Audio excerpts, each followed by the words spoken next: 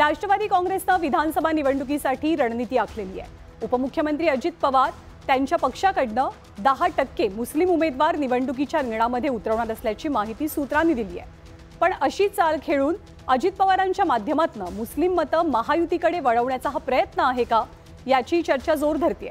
अजित पवार त्यांच्या पक्षाच्या वाट्याला येणाऱ्या जागांमधनं 10% मुस्लिम उमेदवारांना तिकीट देण्याच्या विचारात आहेत। त्यामुळे आगामी निवडणुकीत अजित पवारांच्या राष्ट्रवादीकडून साधारणतः 6 ते 8 मुस्लिम उमेदवार रिंगणामध्ये उतरू शकतात। तर महाराष्ट्रातल्या कोणत्या मतदारसंघांमधनं अजित पवार मुस्लिम उमेदवार देऊ शकतात? तर मुंबईतील भायखळा, अणुशक्तीनगर, मानखुर्द शिवाजीनगर, मुंबादेवी, मुंब्रा कळवा, मालेगाव मध्य, धुळे आणि बीड या मतदारसंघांचा यामध्ये समावेश आहे। राष्ट्रवादी काँग्रेस मुंबई, ठाणे, उत्तर महाराष्ट्र आणि मराठवाड्यात त्यांचे मुस्लिम उमेदवार उभे करण्याच्या विचारात आहे। या मतदारसंघातील मुस्लिम मतांचं गणित नेमकं काय तेही आपण जाणून घेऊया। भायखळा मतदारसंघ, या मतदारसंघात 40%पेक्षा जास्त मुस्लिम मतदार आहेत। तर अणुशक्तीनगरमध्ये मुस्लिम मतदारांची संख्या 25%पेक्षा जास्त असल्याचं बोललं जातं। मानखुर्द शिवाजीनगर, मुंबादेवी आणि मालेगाव मध्य या मतदारसंघांमध्ये 50%पेक्षा जास्त मुस्लिम मतदारांची नोंद आहे। तर मुंब्रा कळवा मतदारसंघात 50%पेक्षा जास्त मुस्लिम मतदार पाहायला मिळतात। तर धुळे आणि बीड या मतदारसंघात 30%च्या आसपास मुस्लिम मतदार असल्याची माहिती मिळते। तर अजित पवारांची राष्ट्रवादी मुस्लिम उमेदवार देण्यामागे राजकीय हेतू असल्याची शक्यता सुद्धा व्यक्त होते।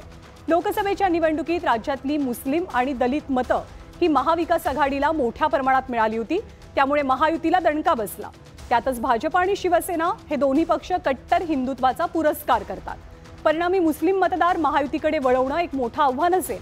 अशावेळी अजित पवारांनी मुस्लिम उमेदवार दिले तर ही मतं महायुतीकडे वळू शकतात असा अंदाजही व्यक्त होतो। उलट पक्ष असं आहे की भाजपची एक वेगळी भूमिका आहे, त्यामुळे भाजपची वोट बँक आहे। अजित पवारांची एक वेगळी वोट बँक आहे, एकनाथ शिंदेची वेगळी वोट बँक आहे। या सगळ्या वोट बँक्स एकत्र आल्या तर तो फायदाच महायुतीला आहे। त्यामुळे अजित पवारांची सुद्धा वोट बँक यावी असं त्यांना वाटत असावं। आणि म्हणून मला असं वाटतं की मुळात एक लक्षात घ्या की अजित पवारांच्या सोबत जेव्हा अनेक आमदार गेले त्यामध्ये प्रमुख आमदार हसन मुश्रीफ होते। त्यामुळे एकूणच हे लक्षात घेतलं पाहिजे की राष्ट्रवादी काँग्रेस पक्ष ज्या पायावर उभा राहिला त्यामध्ये सेक्युलरिझम हा महत्त्वाचा पाया होता। आणि यात एक गोष्ट अशी सुद्धा आहे की महायुतीतले भाजपचे आमदार नितेश राणे मुस्लिमांच्या विरोधात आक्रमक झाल्याचं दिसतंय। मात्र उपमुख्यमंत्री अजित पवारांनी अगदी आवर्जून महायुतीतल्या वाचाळवीरांना खडे बोल सुनावले। नितेश राणेंच्या आक्रमक हिंदुत्वामुळे अजित पवारांना त्यांच्या वोट बँकेवरती परिणाम होईल अशी भीती वाटत असल्याचा अंदाज व्यक्त होतो। त्यामुळे वाचाळवीरांचा मुद्दा राष्ट्रवादी काँग्रेसकडनं दिल्ली दरबारीही मांडला जाईल। सत्ताधारी असो, विरोधी असो किंवा आणखीन कुणी असो, वाचाळवीरांनी थोडंसं आपले त्या ठिकाणी मर्यादा पाळाव्या। आपण शिवशाहू फुले आंबेडकरांच्या महाराष्ट्रात राहतोय। कुठेही वेडेवाकडे विधान करून मुख्यमंत्र्यांना, महायुतीच्या सरकारला, घटक पक्षांना अडचणीत आणू नये।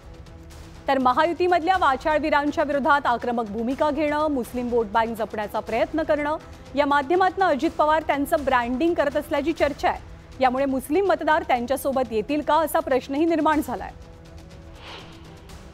मला असं वाटतं की अजित पवार या प्रकारचा विखारी प्रचार जर होत असेल तर तो विखारी प्रचार आवरू पाहत आहेत। विचारी हे करणाऱ्या वाचाळवीरांना आवरू पाहत आहेत, हे मला जास्त महत्त्वाचं वाटतं। आणि म्हणून मी असं म्हटलं की याचा फायदा आता किती होईल माहिती नाही आहे, पण बाकी सगळे लोक विखारानं बोलत असताना अजित पवार मात्र संयमाने बोलत आहेत। अजित पवार आपली वैचारिक भूमिका मांडतायत। अजित पवार आपला तोल कुठेही सुटू देत नाहीत। अजित पवार आपला संयम कुठेही हरवू देत नाहीत। अजित पवार विखाराला अजिबात थारा देत नाहीत। ही जी प्रतिमा अजित पवारांची या निमित्तानं तयार होईल ना, मला असं वाटतं की त्याचा त्यांना निश्चितपणे फायदा होईल। तर नितेश राणेंच्या आक्रमक हिंदुत्वामुळे अल्पसंख्याक मतदार दुरावण्याची भीती निर्माण झाल्याचं मत आमदारांनी एका बैठकीतही व्यक्त केलं होतं। लोकसभेच्या निवडणुकीत अल्पसंख्याकांनी महाविकास आघाडीची साथ दिलेली, त्यामुळे आता विधानसभा निवडणुकीच्या आधी अजित पवार आणि महायुतीनं मुस्लिम मतं त्यांच्याकडे वळवण्यासाठी रणनीती आखल्याचा अंदाज या घडामोडींवरून व्यक्त होतोय। तसंच 10% मुस्लिम उमेदवार दिल्यामुळे धर्मनिरपेक्ष नेता अशी अजित पवारांची प्रतिमा निर्माण व्हायला सुद्धा मदत होऊ शकते असं मत आहे।